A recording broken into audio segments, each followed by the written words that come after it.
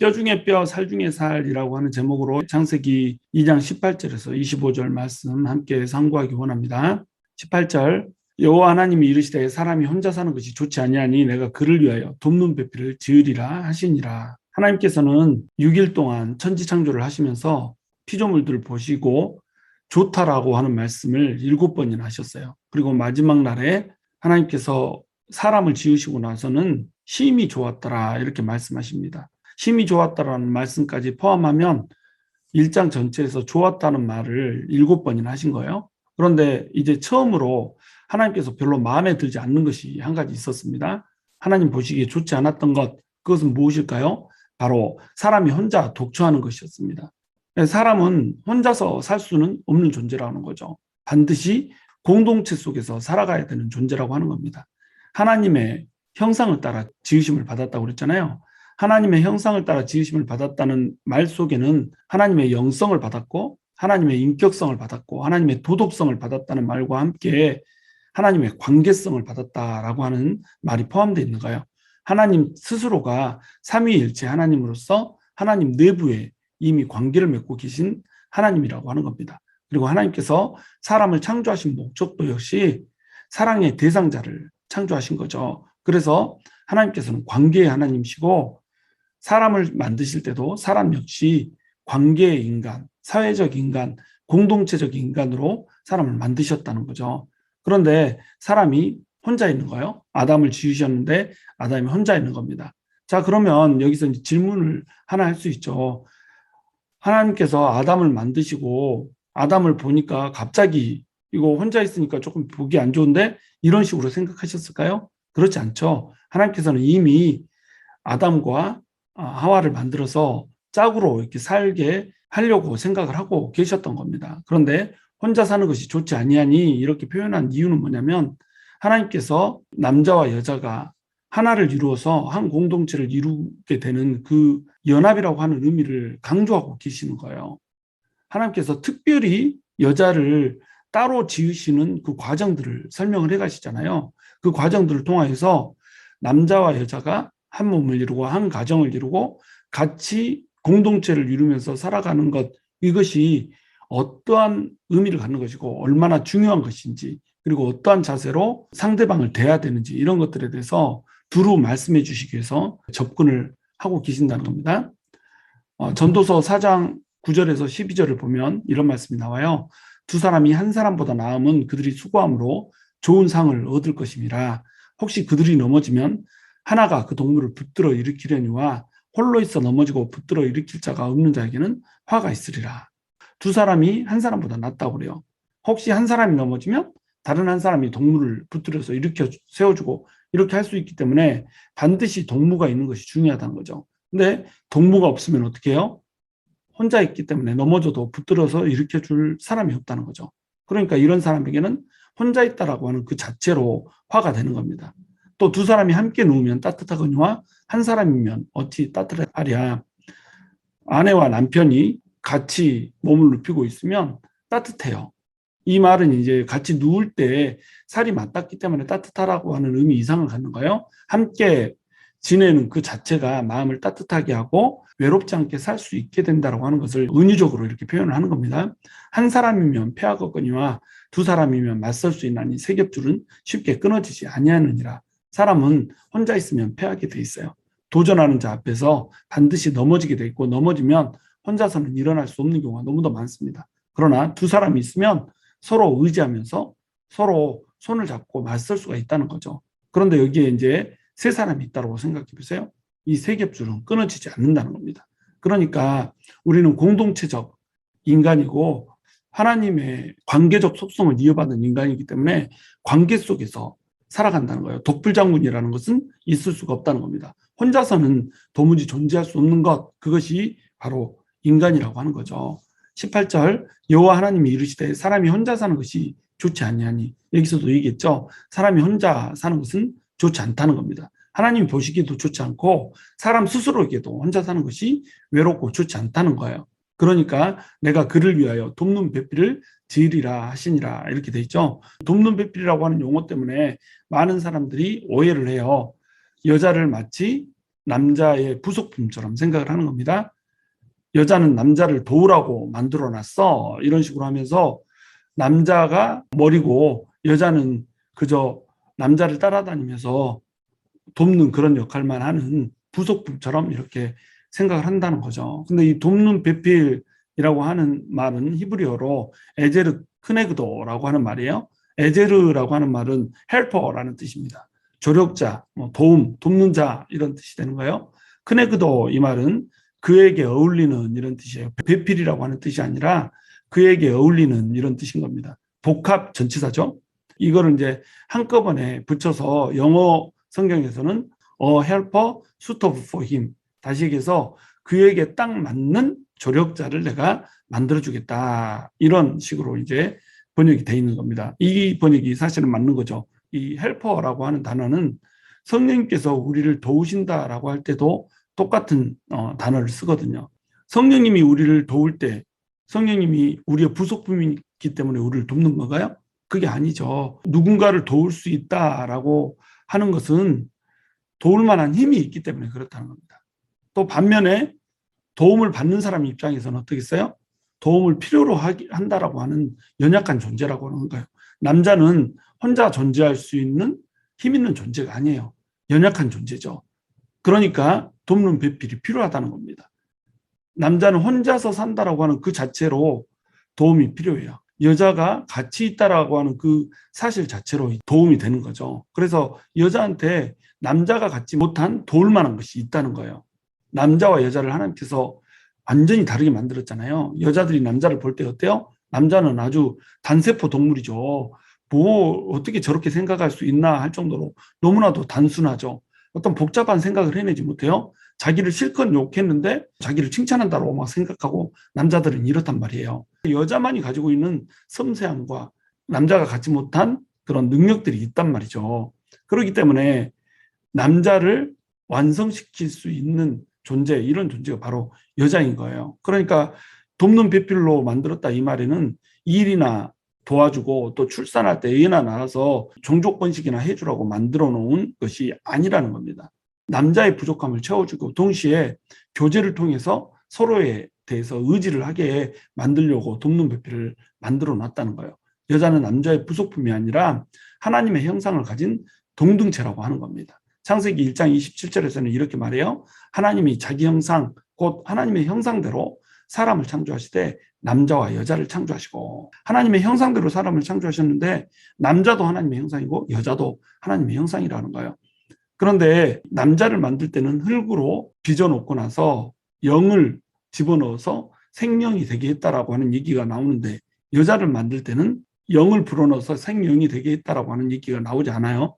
그러니까 여자에게는 영혼이 없다. 그래서 단순히 영혼이 있는 남자를 영혼도 없는 짐승 같은 여자가 부속품처럼 따라다니면서 돕게 해주려고 여자를 만드셨다. 이런 식으로 오해를 했단 말이죠. 그러나 여기서는 분명히 창세기 1장 27절에서는 하나님의 형상대로 남자와 여자를 창조하셨다. 이렇게 얘기하고 있단 말이에요. 그러니까 오해를 했던 거죠. 하나님의 형상대로 만들었다라고 하는 뜻에는 뭐가 있다고 그랬어요?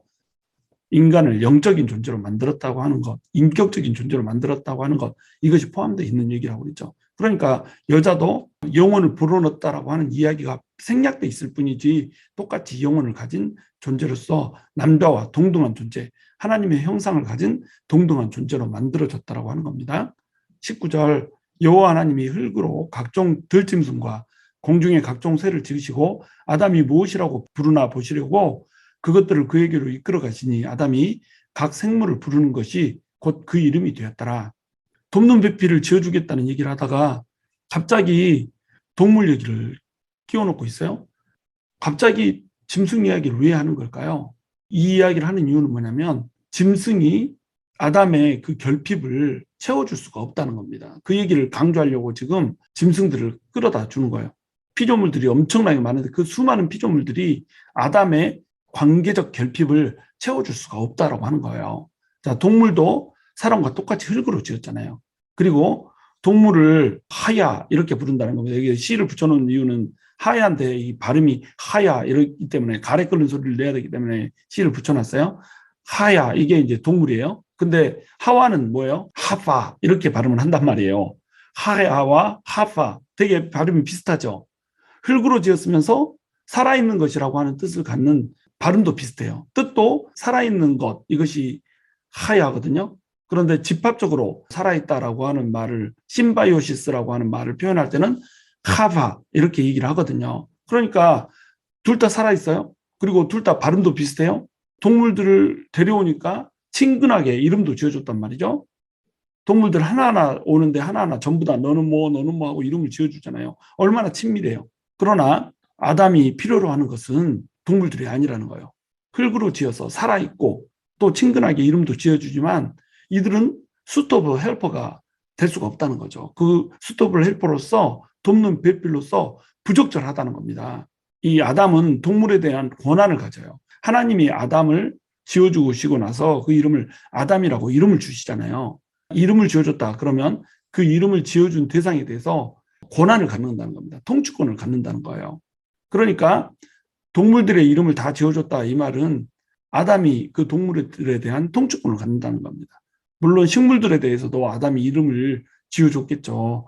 사람들이 우주 세계 피조 만물들에 전부 이름을 붙여주잖아요. 별들에도 막 이름을 붙여주고 심지어는 막 자기가 만든 책상에도 이름을 붙여주고 이런 식으로 야 책도라 막 이렇게 하면서 이름을 붙여주고 막 이렇게 하잖아요. 이름을 붙여준다는 말은 뭐냐면 그것에 대한 통치권과 소유권과 권한을 갖는다는 거예요. 그러니까 이 동물들은 소유하는 그런 존재로서 권한을 갖는 이런 존재고 잘 다스려야 되는 이런 존재라는 겁니다. 그러나 동반자는 아니라는 거예요. 이 얘기를 하려고 갑자기 돕는 배필 얘기하다가 동물 얘기를 끄집어서 집어넣는 겁니다. 그 수많은 피조물들이 있지만 아담의 관계적인 결핍, 외로움을 채워줄 수 있는 존재는 아무것도 없다는 거죠. 요즘 뭐 반려동물 해가지고 그 반려동물이 있으면 사람보다 더 낫다라고 막 이렇게 얘기를 해요. 그러나 그것은 잘못된 거라는 겁니다. 사람이 죄로 인해서 인격이 틀어지고 사람들을 기피하게 되고 막 이런 현상 때문에 이런 일이 벌어지죠. 사람들은 나를 무시하고 사람들은 나를 홀대하고 막대하는데 반려동물들은 나를 따르고 살랑거리면서 꼬리를 흔들면서 내가 무슨 일을 해도 나를 섬기는 거예요. 그러니까 이제 반려동물들이 나에게 위로를 주고 위안을 주는 거예요. 그러나 사람을 만족시킬 수 있는 건 사람이라는 겁니다. 사람과의 관계 속에서 사람이 만족을 얻는 거예요. 그런데 문제는 사람들이 죄인이 돼가지고 다른 사람들을 멸시하고 홀대하고 이렇게 되기 때문에 사람을 피하게 되고 사람으로부터 만족을 얻는 것이 아니라 오히려 상처를 입게 되는 이러한 결과가 초래가 돼버린 거죠. 20절 아담이 모든 가축과 공중의 새와 들의 모든 짐승에게 이름을 주니라. 아담이 돕는 배필이 없으므로 이렇게 돼 있죠. 아담이 모든 동물에게 이름을 주었지만 돕는 배필은 없어요. 그 어떤 것도 아담의 결핍을 채울 수가 없어요. 오직 돕는 배필만이 그 옆자리를 채울 수가 있다는 겁니다. 21절 여호와 하나님이 아담을 깊이 잠들게 하시니 잠들매 그가 갈빗대 하나를 취하고 살로 대신 채우시고 자 최초의 수술이 나오고 있어요.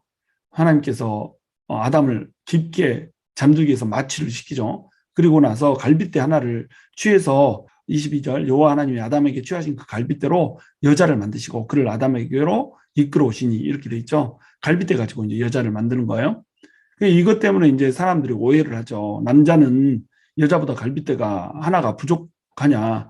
왜 엑스레이 찍으면 그렇지 않지 않냐? 그러니까 성경은 거짓말이다. 이런 식으로 이제 말하고 다니는 사람들이 있는데, 여러분 이거는 좀 이게 과학적인 지식에 대해서 무지해서 그런 겁니다.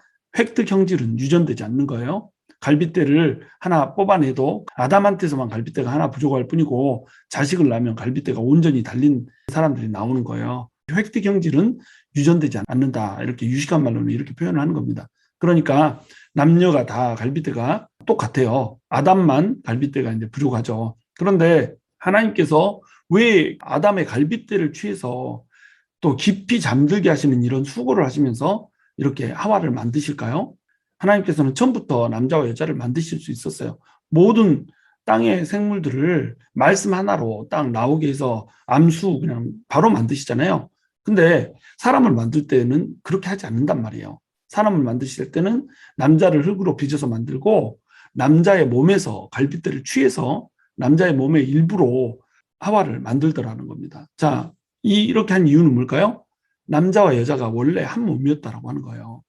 원래 모든 사람이 한 몸이었다는 겁니다. 아담과 하와가 한 몸이잖아요. 아담의 갈빗대에서 하와가 났으니까. 그러면 아담과 하와 사이에서 자식이 나오면 어떻게 될까요? 이 자식도 아담에게서 떨어져 나온 거잖아요. 그러니까 모든 인류는 뭐예요? 결국 아담 한 사람에서 나오는 겁니다. 아담 한 사람으로 인해서 모든 인류가 나왔기 때문에 모든 인류는 전부 한 몸이라는 거예요. 하나님으로부터 창조된 한 몸으로서의 인간이라고 하는 거죠. 그러니까 인간들은 서로 어떻게 살아야 되는 거예요? 서로 사랑하면서 아끼면서 이렇게 살아야 된단 말이에요. 지금 우리 예배에 들어와 있는 사람들도 사람 수가 꽤 되죠. 그러나 우리가 따지고 올라가면 전부 아담 한 몸에서 왔다는 거예요. 그러니까 우리는 서로 사랑하고 서로 보살피며 서로를 자기 몸처럼 아끼는 존재로 해야 되는 겁니다. 그래서 하나님께서는 네 이웃을 네 몸과 같이 사랑하라. 이렇게 말씀하시잖아요. 내 이웃을 내 몸과 같이 사랑하라. 왜 이렇게 말씀하실까요? 우리가 원래 한 몸이었단 말이에요. 한 덩어리에서 왔다는 거죠. 하나님께서는 남자가 여자를 대할 때 내 갈빗대에서 취한 존재라고 대하라는 겁니다.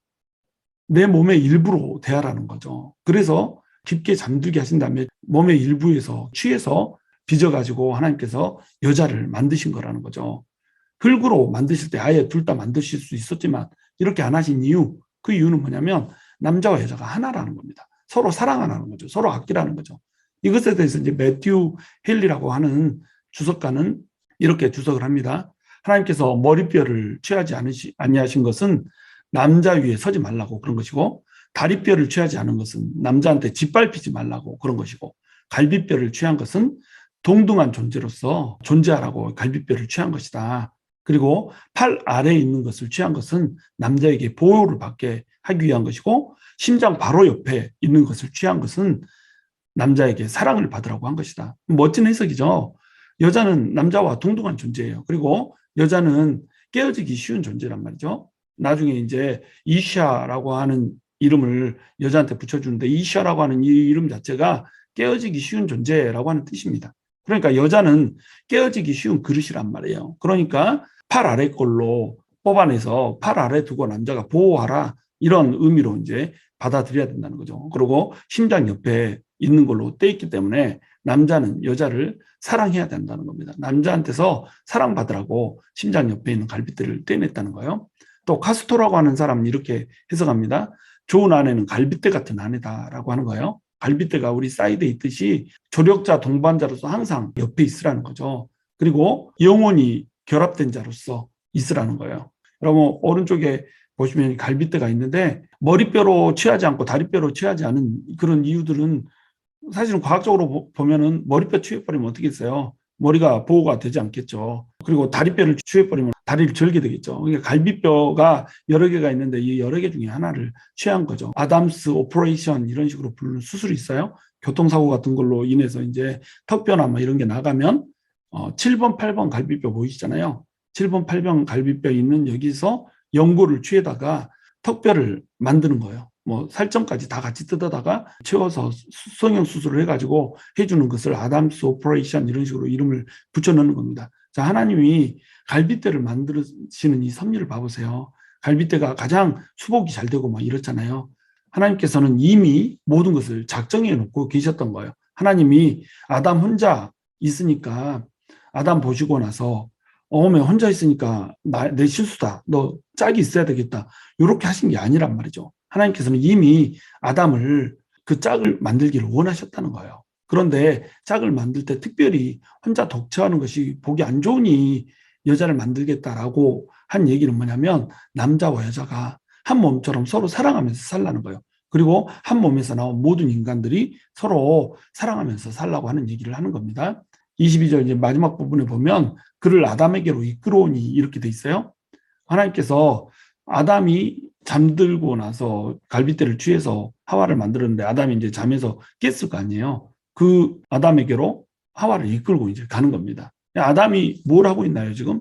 아담은 하나님께서 재우면 자고 갈빗뼈 취해가면 갈빗뼈 뽑히고 그 다음에 여자를 갖다 주면 그걸 받고, 아담은 지극히 수동적이에요. 지금 누가 하고 계세요? 하나님이 하고 계신다는 거죠. 하나님은 어떤 분이라는 거예요? 우리의 필요를 아시는 분이라는 겁니다. 아담이 하나님 나 외로워요. 이 수많은 짐승들이 있고 동물들이 있고 내가 그들에게 이름을 다 지어줬지만 나는 너무너무 외로워요. 하나님한테 이렇게 요청한 게 아니잖아요. 그는 그가 무엇이 필요한지를 몰랐어요. 근데 하나님이 그 외로움의 근원을 아시는 거예요. 모든 필요를 아시는 겁니다. 가장 필요한 것이 무엇인지를 하나님께서 아시는 거예요. 그래서 하나님께서 그것을 손수 지어다가 앞에다 딱 끌어다 놓으신다는 겁니다.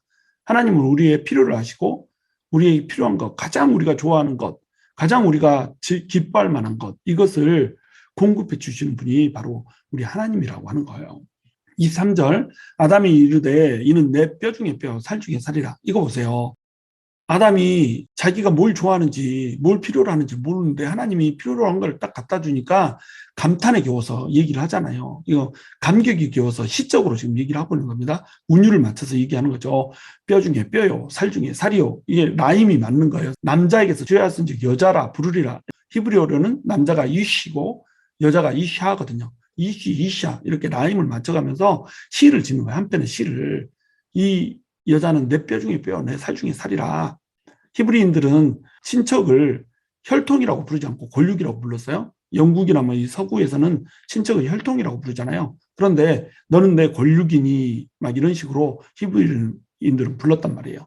골육이라는 게 뭐예요? 뼈와 살이라는 겁니다. 이만큼 친밀하다는 거예요. 그 정도로 아담은 지금 좋았던 거예요. 하와를 딱 보니까 심장이 두근반 세근반 뜨고 쿵쾅거리고 심쿵해가지고 지금 와 이렇게 아름다운 것을 나한테 주다니요. 너무너무 황홀해요. 너무너무 좋아요. 이러고 있는 겁니다. 지금. 하나님께서는 인간을 동물과 구분하고 있는 거예요. 내 뼈 중에 뼈, 살 중에 살이다. 이 말은 뭐예요? 동물과는 다르다는 거예요. 아담에게 있어서 하와는 아담 자신이었던 겁니다. 동물은 다스림의 대상이잖아요. 그런데 여자는 아담 자신이기 때문에 동물과 구분될 뿐만 아니라 인격적으로 존중돼야 될 대상이고 동등한 지위를 갖는 한 사람의 인격체라는 거예요. 그래서 유레카, 드디어 찾았다. 드디어 내 만족을 찾았다. 이러고 지금 이 아담이 나서는 거예요. 완전한 반려자로서의 여자를 지금 하나님이 남자에게 주고 계시는 겁니다. 이것을 남자에게서 취하였은즉 여자로 부르리라. 자, 하와에게 여러 가지 이름이 있어요. 첫 번째는 이샤라고 하는 이름입니다. 여기서 남자에게서 취하였은즉 이때 남자는 이쉬라고 그랬죠. 근데 이샤는 여자예요. 근데 이 이샤는 이제 깨어지기 쉽다 이런 뜻이 있는 겁니다. 깨어지기 쉬운 그릇, 이게 여자라는 거예요. 그러니까 여자는 특별히 남자들이 아끼고 사랑하고 보호해 줘야 되는 이런 존재라고 하는 것이 성경적인 가르침이죠. 그리고 이제 하와라고 하는 이름이 있어요. 이시아는 뭐고 하와는 뭔가. 이시아는 여자이기 때문에 붙여준 이름이고 하와는 이제 죄를 짓고 쫓겨나갈 때 아담이 하와라고 하는 이름을 다시 준 거예요. 원래는 이제 하와가 아니라 하파라고 그랬죠. 이게 C가 들어가니까 하파 이렇게 부른다고 그랬어요. W 발음이 원래는 V 발음이기 때문에 하파였는데 W 발음을 이 서구 사람들은 또 U처럼 발음을 하잖아요. 그러니까 하와가 된 거예요. 하파에서 하와로 이렇게 바뀌어지게 된 겁니다. 근데 이 하와라고 하는 원래의 뜻은 뭐냐면 산자들의 엄이라고 하는 의미에서 지어진 이름이에요. 그러니까 하이가 살다라는 뜻인데 하파 이것은 뭐냐면 모든 산자들 이런 뜻이 되는 겁니다. 전체 산자들의 집합적인 의미로서 하파 이렇게 부르는 거예요. 이것을 발음을 이제 V 발음으로 발음하지 않고 W를 이렇게 W 발음으로 발음을 하다 보니까 하와 이렇게 된 겁니다. 이게 어떻게 해서 하와가 생긴지 알겠죠? 근데 이 H가 묵음인 동네들이 있어요. 특히 이제 신약 성경을 기록한 헬라어에서는 H가 묵음입니다. 그래서 H에다가 이렇게 따옴표 같은 것을 하나 붙여줘야지 H 발음을 비로소 하거든요. 그러니까 하와 이것을 어떻게 발음했겠어요? 아와 이렇게 발음을 한 겁니다. 아와. 이 아와가 이와로 발전이 된 거예요.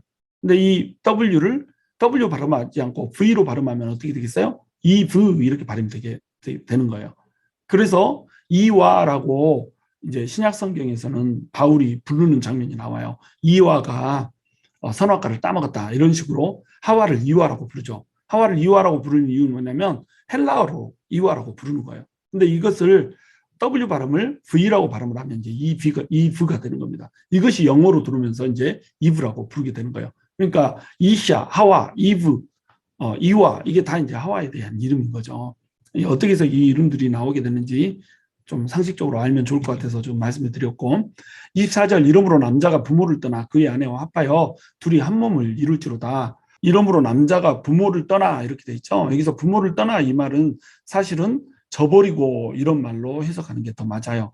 아자브라고 하는 말은 저버린다라는 뜻입니다. 계약 관계를 저버린다 할 때 그 저버리다예요. 부모를 저버리고 여자와 연합하라 이렇게 나왔어요. 합하라 이 말도 연합하라는 말이에요. 이것도 이제 계약적인 용어입니다. 계약을 할 때에 계약 하나를 낄 때는 저버린다 아자브라고 하는 단어를 쓰고 하나를 다시 계약을 맺을 때는 그 사람과 합한다 이런 말을 쓰는 거예요. 둘 다 계약이죠. 결혼 전에는 아버지와 계약이 맺어있는 이런 존재라고 한다면 결혼 후에는 이제 아내와 계약이 된다는 거예요. 결혼은 깨서는 안 되는 계약이라고 하는 의미를 여기다가 이제 담고 있는 겁니다. 계약 개념이 담겨져 있는 거죠. 뭐 어떤 조건을 걸고 서로 계약을 해서 결혼한다. 요즘 날의 계약 결혼 말고 계약은 이제 어길 수 없다라고 하는 그런 의미에서 결혼이 이제 여기서 설명되고 있다라는 거예요. 그리고 둘이 한 몸을 이루라 이렇게 돼 있잖아요. 이 둘이 한 몸을 이루라 이 말을 우리는 성적인 결합 정도로 이제 생각을 해요. 그리고 또는 자녀를 낳기 때문에 자녀로 인해서 한 가정을 이루는 결합, 또 정신적, 정서적 결합 이런 식으로 서로 의지하고 살라 이런 식으로만 생각을 해요. 물론 이런 것들이 다 포함되어 있죠. 그런데 방금도 설명했듯이 계약 관계 안에서 둘이 한 몸을 이루는 겁니다. 그러니까 서로 혈연 관계가 형성이 되는 거예요. 원래 권력이잖아요. 너는 내 뼈 중에 뼈요 살 중에 살이라 이랬잖아요. 뼈 중에 뼈요 살 중에 살이니까 원래가 한 몸이잖아요. 그러니까 둘이 떨어져 있는 사람들이 원래 한 몸이었으니까 뭐 만나서 한 몸을 이루라 이 말이에요. 갈비뼈가 제자리를 찾아서 돌아가라 이런 말이 되는 겁니다. 그러니까 서로 권력 관계가 되라, 혈연 관계가 되라 이런 식으로 얘기를 하는 겁니다. 그래서 혈육 관계가 돼버리기 때문에 이제 가정 전체가 한 가정이 돼버린 거예요. 예를 들어 시아버지는 자기 아버지가 되고 며느리는 딸이 되고 이런 식으로 히브리인들은 이걸 인식을 했다는 겁니다. 25절 아담과 그의 아내 두 사람이 벌거벗었으나 부끄러워하지 아니하니라. 벌거벗었으나 부끄러워하지 않는다라고 나와요. 이것은 이제 3장의 타락설화를 위해서 심어둔 복순이죠. 지금 벌거벗었으나 부끄러워하지 않는다. 이 말을 이렇게 강조해서 하고 있는 이유가 뭘까요? 3장에서 이제 타락해서 신락원 하게 될 텐데, 낙원을 잃게 될 텐데, 그때는 벌거벗은 것으로 인해서 서로 숨게 되고 또 부끄러워하게 되고 이런 일들이 벌어지게라고 하는 겁니다. 근데 사실은 이때는 서로 이미 부부로 살고 있었기 때문에 부끄러워할 이유가 전혀 없거든요.